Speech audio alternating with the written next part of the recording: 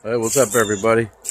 I'm going to try to patch together 3 different small videos and edit them together so I could show you the process of pinch welding or spot welding the rocker panel onto the driver's side of the 55 Chevy Convertible.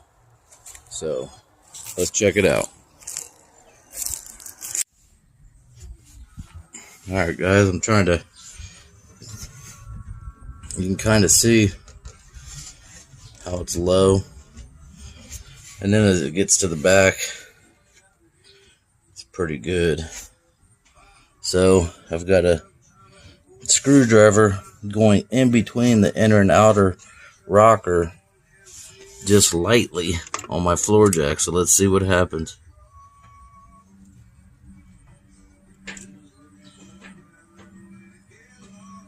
You can hear metal moving, but if I bring the camera down, look how flush that is.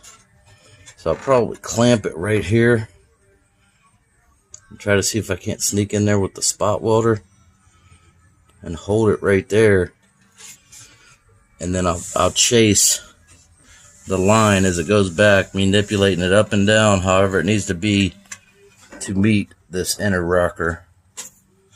So I mean, it's just jacking it up with the screwdriver going in between of them, because this is still loose down here.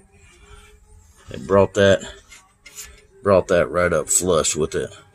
So when you guys are working on this type of stuff, you know, you got to kind of manipulate it one way or another. Just take your time with it, but you know, you want this to be pretty flush with one another. That's kind of how it would have been, you know, back when it was new. The problem that I'm having using the pinch welder is this area through here, the actual pinch welder, it needs more room to swing. So I'm having to really turn the machine and get it at a weird angle where it's kind of pinch welding sideways. I wish I could make, this thing's like holding a battery up, but I wish I could make this, you know, redo these to where it was only about that wide, you know what I mean, where the shank wasn't quite as long. But it's, you know, it's working. And earlier today I took both these off. These tips, the tips themselves, they unscrew. So I took them off and I filed the tips down so the actual weld surface is wider than it was when I first started. And I could have just kept welding and it'll wore them down on its own, but I wanted to just make it a little fatter contact. And what I'm doing on each one, I take my drill and I'll strip the black off to where it's metal, and then you get a good surface for it to weld through, and it doesn't leave a bunch of really nasty grind marks or anything. Your surface is not, it's not all that bad really. And like I got it clamped up here, so I'll take my hammer and I'll lightly tap the inner rocker to where it meets pretty flush with the outer rocker. This is my dad's old hammer. I bet you I probably used this hammer for probably at least 35 years. I don't even know where he got it from, but you can see, I mean, it's put in work. So let me dolly this, and I'm hoping I can get another pinch up here. And these bars are kind of in the way, but they're kind of not, you know. Hold on a second. I wanted to get a little rag or something just so I could kind of wipe it off as I go.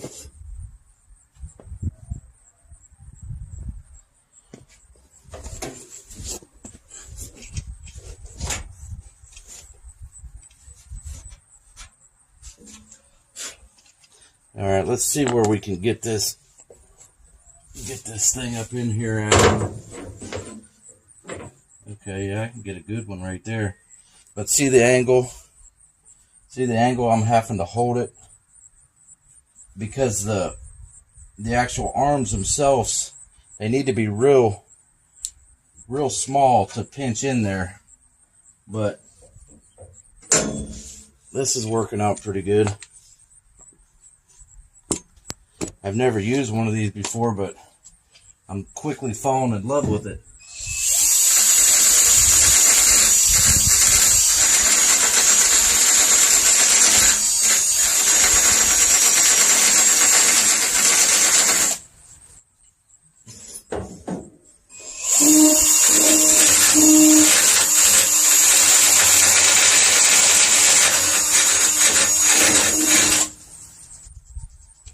Doesn't take much to strip that off there either.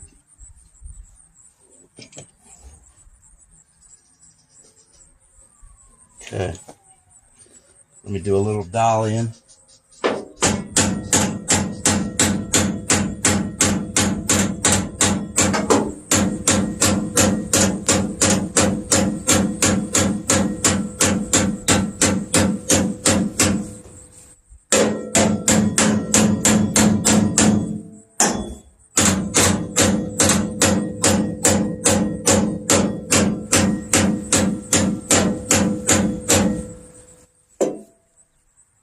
See, now the gap in between of the outer rocker and the inner rocker, I mean, it is so small that when I squeeze it, it just pinches them together.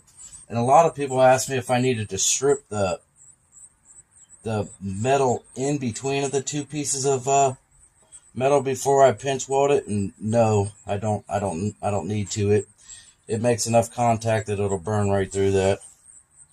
I mean, you could strip all that if you really wanted to, but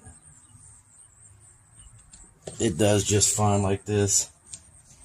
But you just got to find a good angle where you can stand that up in there the best possible way, and then let her rip.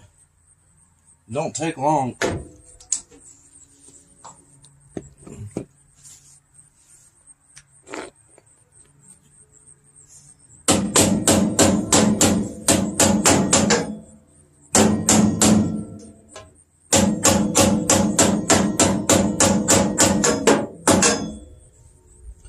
I might do this section again because when I first did this section up here, it was way up on the tip of it, and it didn't really make any contact with anything.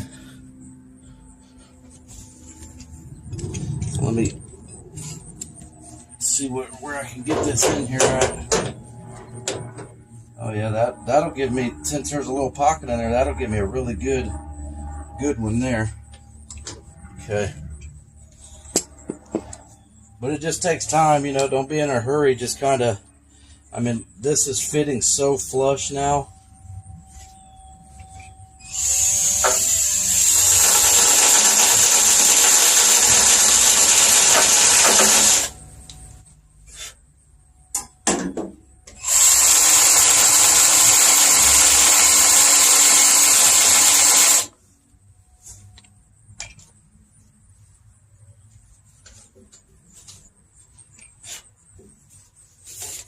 Another reason why I'm being so careful, I don't like a lot of sparks, and it's also loud to where it drives the neighbors crazy. But I don't want anything to fly through the convertible top and give me a sunroof I don't want.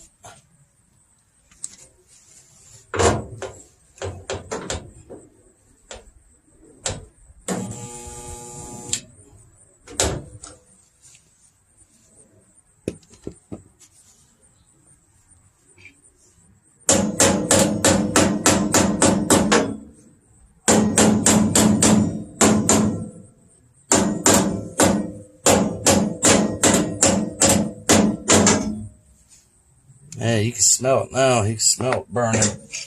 But I think that's what I'm going to try to do. About every 1.5 to 2 inches. And see, this one right here is kind of high. It's kind of high up. And that's before I realized I had to turn the spot welder at such an awkward angle to be able to get it to work right. Now the bottom will be a lot easier because it's got two pieces of metal like this to where you could just come up and you can grab hold of it. And when they originally built these cars, I think they built the outside, must have been on a jig or something, to where that's the only way you could have got in here and spot welded this like this, is to come through without the inner rocker and pinch it. So I think they built the outside without the floor and then put the floor in there and kind of pinch welded like I was doing, and then pinch welded along the bottom, even into the wheel wells and across the firewall on the front. I think the floor was the last thing to go in.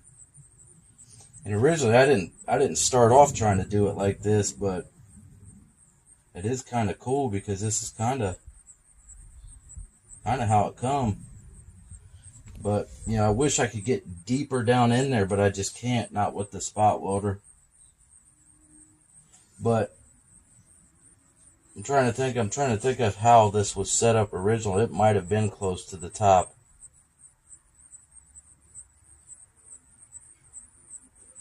I can't remember how it was set up. So I'll keep going, and then I do the bottom, and then this needs MIG welded. But it's awful nice out here today. I don't know how much welding I'll get done today. Because when it gets too nice, I almost want to play hooky and just enjoy it. Today's Sunday, my only day off, so not that I'm not enjoying this, but I'd like to be able to say hello to the wife and kids.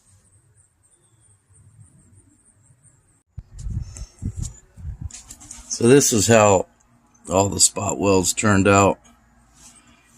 And when you seen earlier, I was just taking my wire wheel and just cleaning enough area for it to make contact on both sides.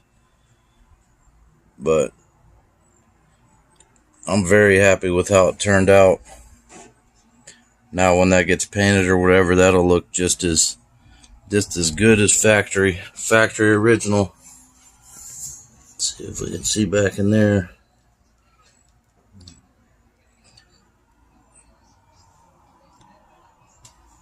And then look at how nice that's fitting. If you remember, them are 2 layers of metal. But I mean, just look at how nice and true that is going down through there. And then I'll get down here, get low, and you can see that one got a little carried away right here. But you can dummy that up with a little bit of putty.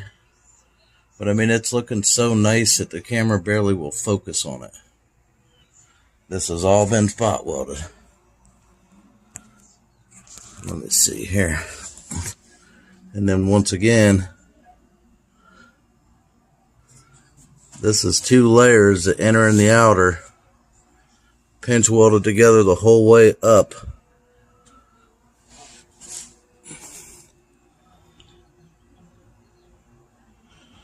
Get on something else, see if it'll focus properly. Maybe not. But I mean, it's just nice and straight the whole way down through there. Let's see if I can get on this side some. Get away from the glare. Sunny day today. But I guess you guys kind of get what I'm trying to show you. See if I can. I mean, look, them are killer little spot welds, and the inner and the outer rocker is just 100% flush the whole way through. See, when I was doing the top part, I had to really, when I was doing this part, I had to really bend the spot welder to the side just because it couldn't reach down in here, but that thing is on there now. So I'm pretty happy with how that's turned out. And then I'll talk to you while I'm letting the jack down, because I want to show you. I put them, I believe they're J.C. Whitney's eyebrows on the front of the car. I mean, it looks pretty sweet, if you ask me. So let's check this out. So check her out with the eyebrows on it. Them are like I believe they're J.C. Whitney's.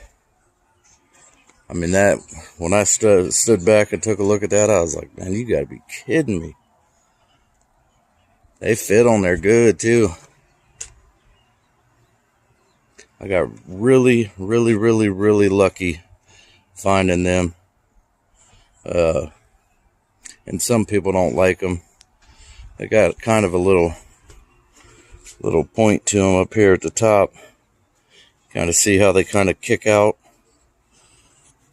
But I think they look killer on there.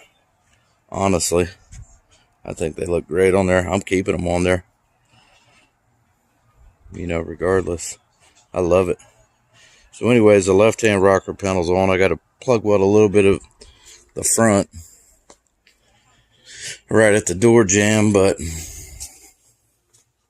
it's kind of nice out today. So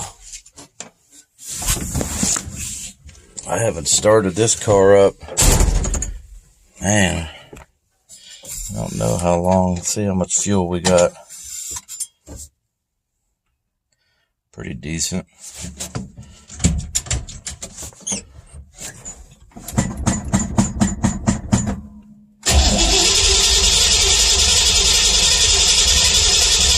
It hadn't been started in, well, since whenever I cleaned the garage up.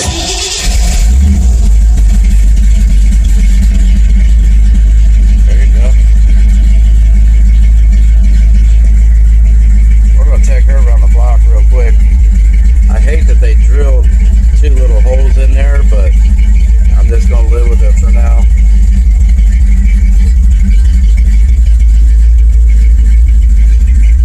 I got some other headliner bows that are nicer, but then you'd have to replace the headliner, and the headliner is actually decent in this car.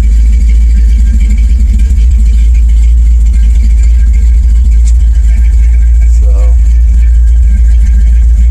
yeah, look at them eyebrows. I mean, I love them. I love them.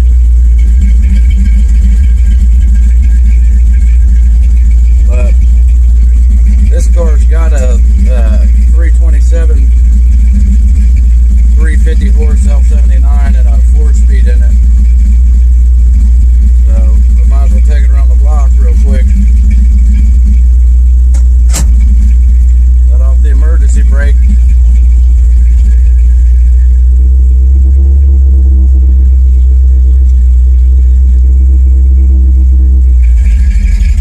I haven't drove this car in a while. That jack is real close to that front end out there.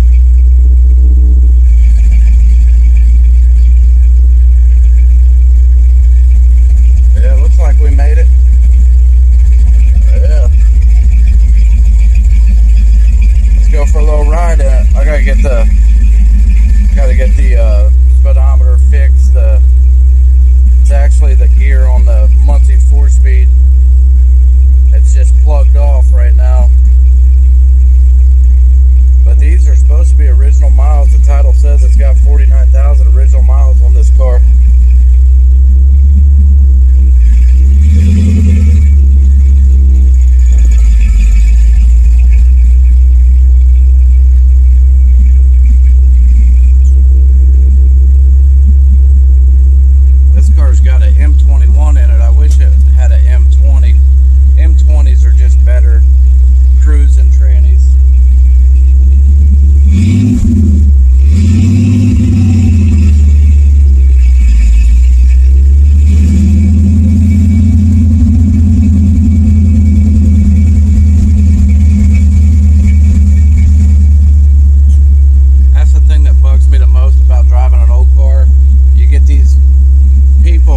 that want to ride right up on your bumper like they're really trying to make you go fast or something, you know what I mean?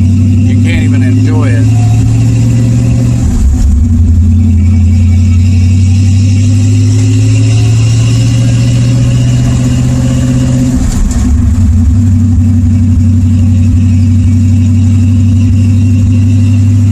I wish I'd have brought my wallet. This car needs power steering fluid in it.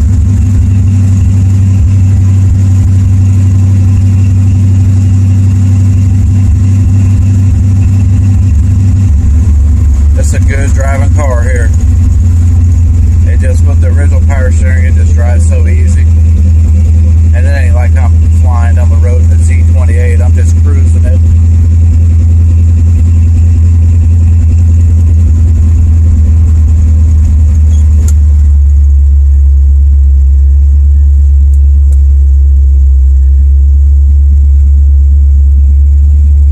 Film and shift at the same time.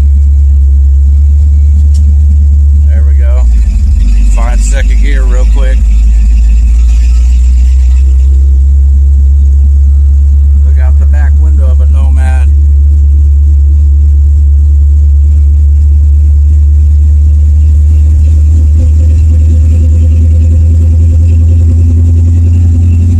Out of all my cars, guys, this is my most very favorite one out of all of them. None of the other ones even come close to this car.